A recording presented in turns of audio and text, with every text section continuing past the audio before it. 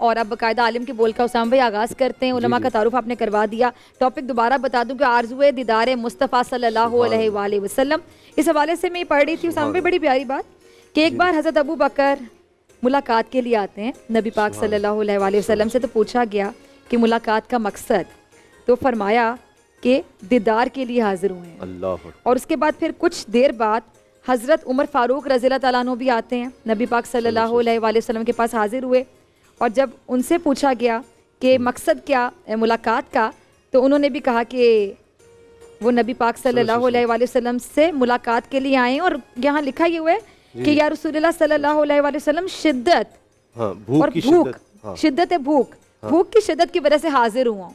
اب وہ بھوک کیا تھی؟ وہ نبی پاک صلی اللہ علیہ وآلہ وسلم کے چہرہ انور کی زیارت کی بھوک تھی. ان کے چہرے کی زیارت کر کے وہ بھوک مٹانا چاہتے تھے. سبحان اللہ, کیا بات ہے. تو علامہ امین شہیدی صاحب ہمیشہ کی طرح گفتگو آپ سے شروع کریں گے.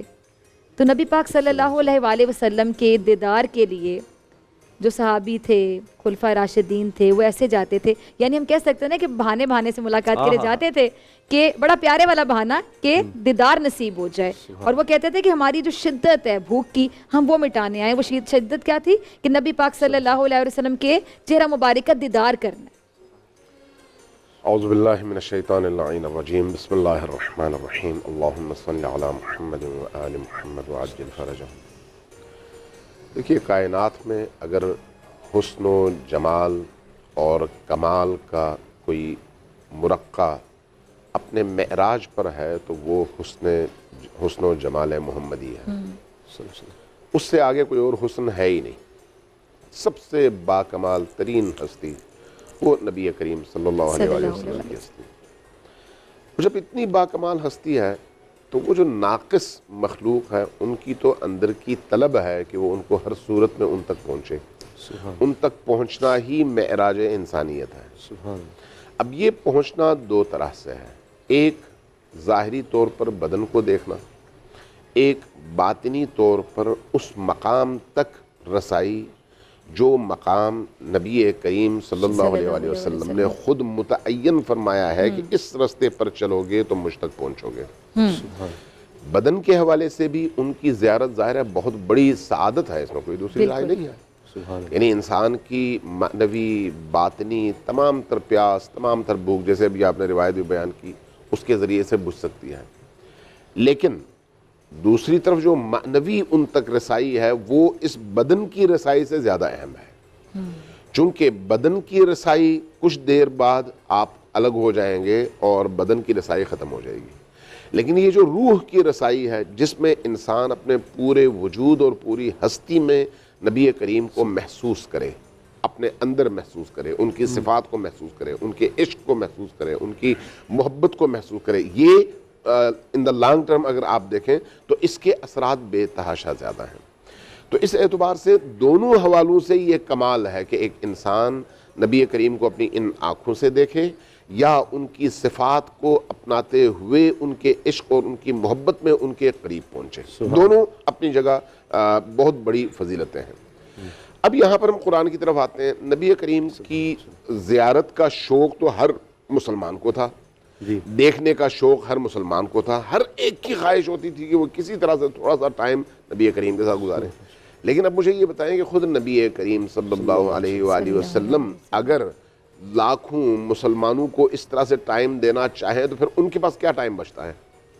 ان کے جو فرائض ہیں وہ فرائض انتہائی اعلیٰ اور عالمی فرائض ہیں. چونکہ عالمی فرائض ہیں ان کو ان فرائض کی ادائیگی کے لیے ٹائم چاہیے. اب اگر وہ لوگوں کو صرف اپنا دیدار ہی کراتے رہیں تو پھر وہ کام رہ جاتا ہے. یہی وجہ ہے کہ اللہ تبارک و تعالیٰ نے قرآن اتاری, آیات اتاری کہ اب اس کے بعد جو بھی نبی سے بات کرنا چاہے گا, نبی کو دیکھنا چاہے گا, وہ پہلے صدقہ دے اس کے بعد آئے. سبحان اللہ. یہ جو قرآن نے آیت اتاری اس کے نتیجے میں پھر آنے والوں کی تعداد میں کمی آئی, چونکہ اب جو ہے پیسے دے کر آنا پڑتا تھا نبی کریم کی بارگاہ میں. تو یہاں پر روایات نے کہا ہے کہ حضرت علی ہر دفعہ تشریف لاتے تھے, صدقہ دے کر آتے تھے, اپنی گفتگو کرتے تھے, پھر واپس چلے جاتے تھے. بہرحال یہ اس زمانے کے مسلمانوں, صحابہ کرام یا خود اہل البیت علیہ الصلوۃ والسلام کا طریقہ کار اور روش رہی ہے. اب آتے ہیں آج کے دور میں. آج اس میں کوئی شک نہیں کہ یہاں پر جتنے بھی لوگ بیٹھے ہوئے ہیں ان کی شاید دنیا کی سب سے بڑی آرزو یہ ہوگی کسی طرح سے ایک جھلک، ایک جمال کا جلوہ دیکھ سکیں۔ لیکن اس کے لیے ضروری کیا ہے؟ اس کے لیے ضروری یہ ہے کہ آنکھیں پاک تو ہوں، دل پاک تو ہو۔ نجس آنکھوں کے ساتھ آپ کیسے دیکھ سکتے ہیں؟ جن آنکھوں نے صبح و شام نامحرم کو دیکھا ہو، جس زبان نے صبح و شام جھوٹ، تہمت اور غیبتوں کا سہارا لیا ہو، جس وجود نے صبح و شام اللہ کی نافرمانی کی ہو، اس کو کیسے اجازت مل سکتی ہے کہ وہ دیکھ سکے؟ یا حرام کا لقمہ؟ جی بالکل بالکل بالکل، یعنی جو وجود، جو بدن، جو جسم حرام کی آمیزش اور حرام کے ملنے سے یا حرام کے کھانے سے پرورش پایا ہو، تو اس بدن کو کیسے دیدار نصیب ہو سکتا ہے؟ اس کے لیے بھی باطنی طور پر پاکیزگی چاہیے۔ اب آپ کو ایک چھوٹی سی مثال دیتا ہوں کہ جب عاشق اور معشوق ملتے ہیں تو وہ ان کے آپس کی ایک خاص کیفیت ہوتی ہے، وہ نہ الفاظ میں آتی ہے نہ بیان میں آتی ہے۔ عاشق و معشوق اپنی خلوتوں کی کیفیت کبھی بھی کسی کو بتا نہیں سکتے، نہ بتا سکتے ہیں نہ بتائی جا سکتی ہے۔ یہ ایک فیکٹ ہے نا۔ یہ جو گلی گلی کوچا کوچا دیدار کے دعوے دار ہیں، یہ کون ہے پھر؟ یہ بھی تو ایک بہت بڑا سوال ہے۔ تو یہ بہت سارے لوگ ایسے ہیں جو کہتے ہیں ہم نے دیدار کیا، ہمیں یہ کہا گیا، ہم نے دیدار کیا، ہمیں یہ کہا۔ یہ دکانداری ہے، یہ دیدار نہیں ہے، یہ کاروبار ہے، تاکہ میں لوگوں کی نگاہوں میں مقدس بنوں اور لوگ میرے ہاتھ چومیں اور نذرانے لے کے آئیں۔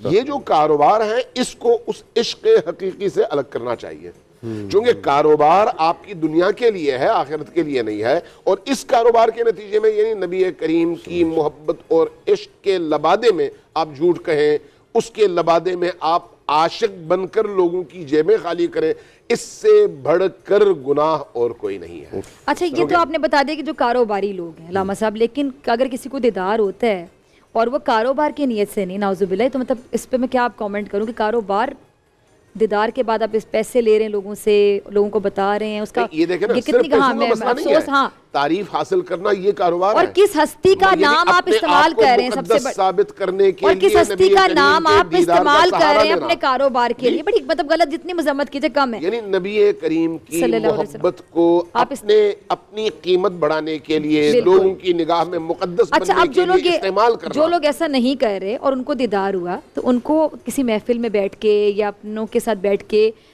وہ بتانا چاہیے؟ بالکل نہیں بتانا چاہیے، بالکل بھی نہیں۔ ٹھیک ہے، چونکہ بتانے کا مطلب کیا ہے؟ بتانے کا مطلب اگر دیکھیں عاشق اور معشوق کے درمیان رابطہ ہے تو یہ آپ مادی عشق میں بھی دوسروں کو نہیں بتاتے۔ اچھا اس میں میرے ذہن میں ایک چیز اور ہم کل بھی بات کر رہے تھے، جو رمز ہوتا ہے اس رمز اور اس راز کی آپ حفاظت کرتے ہیں۔ اچھا میرے اے نور خدا، نور بصیرت کی طلب ہے، رمضان کا صدقہ تیری رحمت کی طلب ہے، مخفی ہیں اسی ماہ میں رحمت کے قرینے، گرداب سے نکلے ہوئے بخشش کے سفیر، گویا ہیں تیرے عشق میں ہم سب برابر، مجلس کو تو گلدستہ فردوس بنا دے، رندوں کو ثنائے شہ لولاک پلا دے، تو شمع قلم کو ید بیضائی عطا کر، بچوں کو تو افطار میں تسلیم عطا کر۔